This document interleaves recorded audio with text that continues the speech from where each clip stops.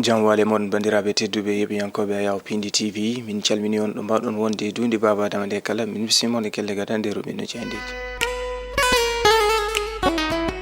altine nogas e nayi lewru février 2025 bisimilla mon e kelle gadande roɓe ndu jandeji puɗɗortoɗen ko jande l'évidence ɓe garti koye udirgol ngal daral jawdi toon to latte mengue tawi noon koye yiyande omo ganduɗa ko yiyande ɓamtare dowri nde docteur Macoumba Diouf yonni nden yiyande omo ganduɗa ko jagorɗo kalfinaɗo gaynaka leydi Sénégal docteur Mabouba Diagne ɓe garti kamɓe l'évidence e yeeso walla mbiyen e damal cour pénal international yiɗɓe yadide ɓe Farba Ngom mbaɗi seppo yamo ngam artude caɗele gonka leydi Sénégal to banggue fawde caɗele ɓen ɓe ganduɗa ko dawriyankoɓe politique ha ɓuuri lollude hen omo ganduɗa ko Farba Ngom député maire de Zagnam Diagne l'info quotidien ɓe garti koye le plan de Diomaye pour la Casamance en mars ɓe garti noon koye nden e ɓoore ngam ɓamtare Casamance nana e beele mum tawi ko payudinde ɓe garti noon koye ngal cifodiral jaam ngam joƴƴingol kore cundi hakkude MFDC e joguiɓe nden kay kisal leydi Sénégal force de défense et de sécurité ɓe kolli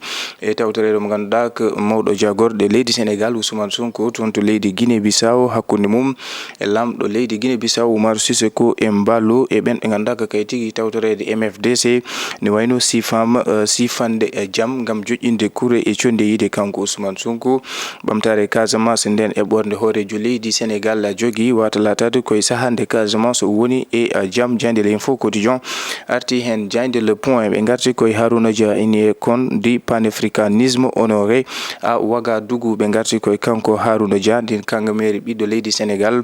teddiniyaɗo moɓe kollide ko timtorgal dunde Afrique to banggue wonande e golle on teddinaɗo toon to Ouagadougou lamorgo leydi Burkina Faso jayde l'observateur ɓe garti koye pôle judiciaire financier ne jokki ha joni tumde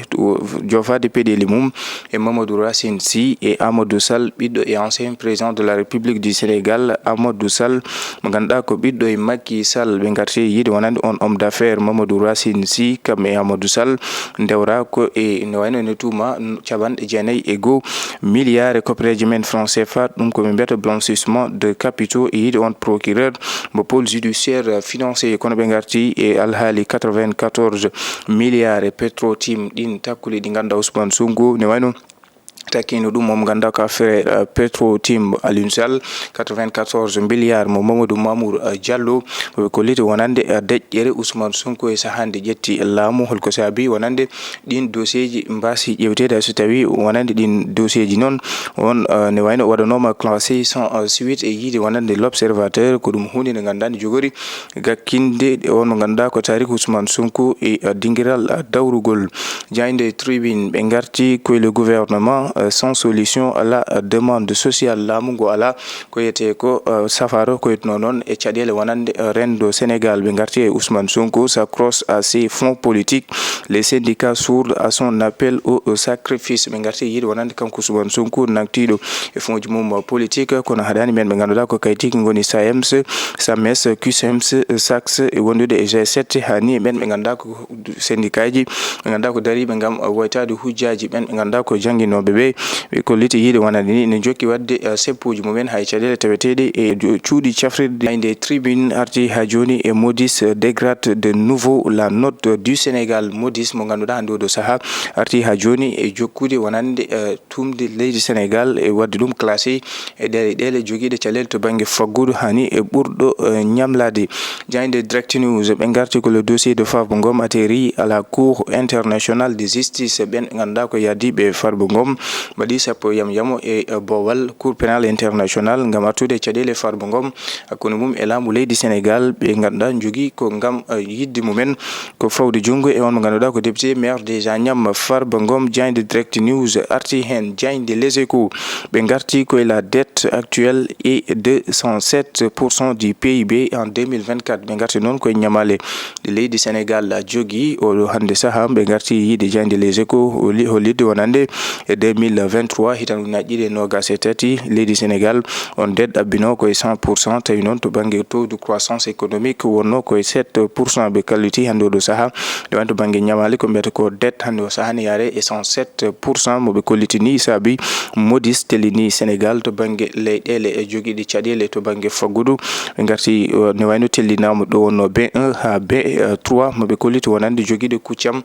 ko ne wayno niɓɓiɗam to banggue wonande faggudu kam e ɓamtare leydi Sénégal. Jayde Les Échos arti ha joni e ɓen ɓe ganduɗa ko soutien à Farba Ngom, ses partisans assiègent la cour pénale internationale. La paire s'organise à Dakar. Ɓe kolliti noon ɓen ɓe ganduɗa ko yaadiɓe Farba Ngom ne wayno e damal cour pénale internationale hani e ɓen ɓe ganduɗa ko APR Alliance pour la République kañumen en nanayi hirjino ngam tigui wadde moɓodiral ɗo e lamorgo leydi Sénégal à Dakar ko yitno e alhaali Farba Ngom député maire de Zagnam. Jayde point actu ɓe garti ko le gouvernement engage un dialogue direct laamu ngu o saaha darima ngam wawde yewtidde e ɓen ɓe ganduɗa ko kay tigui woni mouvement force démocratique du Casamance. Ɓe garti wonande kamɓe laamu ngu e tawtorede Ousmane Sonko toon to Guinée Bissau e omo ganduɗa hoorejo leydi Guinée Bissau Oumar Sissoko e Mballo e tawtorede MFDC ne wayno délégation mum ɓe cifodiri joƴƴinde kuure e condi cifodiral jaam ngam ni tabitinde ɓamtare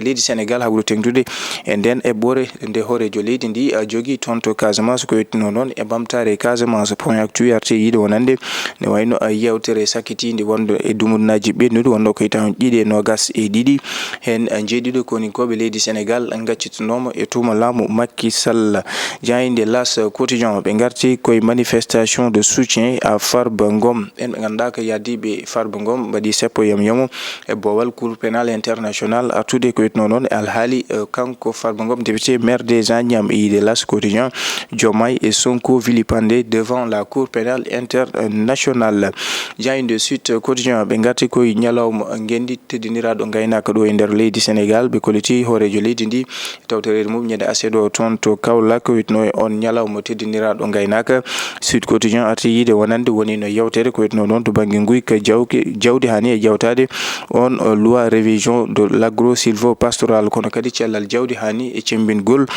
jawdi ɗo e nder leydi Sénégal. Jayde Sud quotidien arti hen. Jayde L'éveil ɓe garti ko e stratégie aérienne Washington dowlaji dennude Amérique ne wayno ene pawi jikku mumen e Dakar ɗo e lamorgo leydi Sénégal. Ɓe kolliti wonande Dakar je ko nokku patamlamu to banggue boowal laaɗe diwoje e aduna o. Jayde L'éveil arti hen. Jayde Li quotidien ɓe garti koye soutien à Farba Ngom ɓen dari ɓe gam nagorande député maire des Agnam Farba Ngom. Yiide Li quotidien nouvelle tournure dans l'internationalisation du combat. Ɓe kolliti o saaha noon ne wayno haare gam nagorande Farba Ngom tacci keeri e saaha noon ɓe ɓen ɓe ganduɗa ko yiɗɓe yaadiɓe Farba Ngom ne wayno dari tawi ko wadde seppo yamo e boowal toon to cour pénal international artude noon e caɗele ɗe ganduɗa koɗo saaha laamu ngu ne yiiɗi fawde ɗum e on député maire des Agnam Farba Ngom. Jayde Li quotidien arti hen. Bandiraɓe tedduɓe yeɓiyankoɓe Yaw Pindi TV ko ɗum woni komin ndebinnomo e kelle garande robi no jayde je subaka hande o min dokka on aadi talata janggo sahora welede Allah.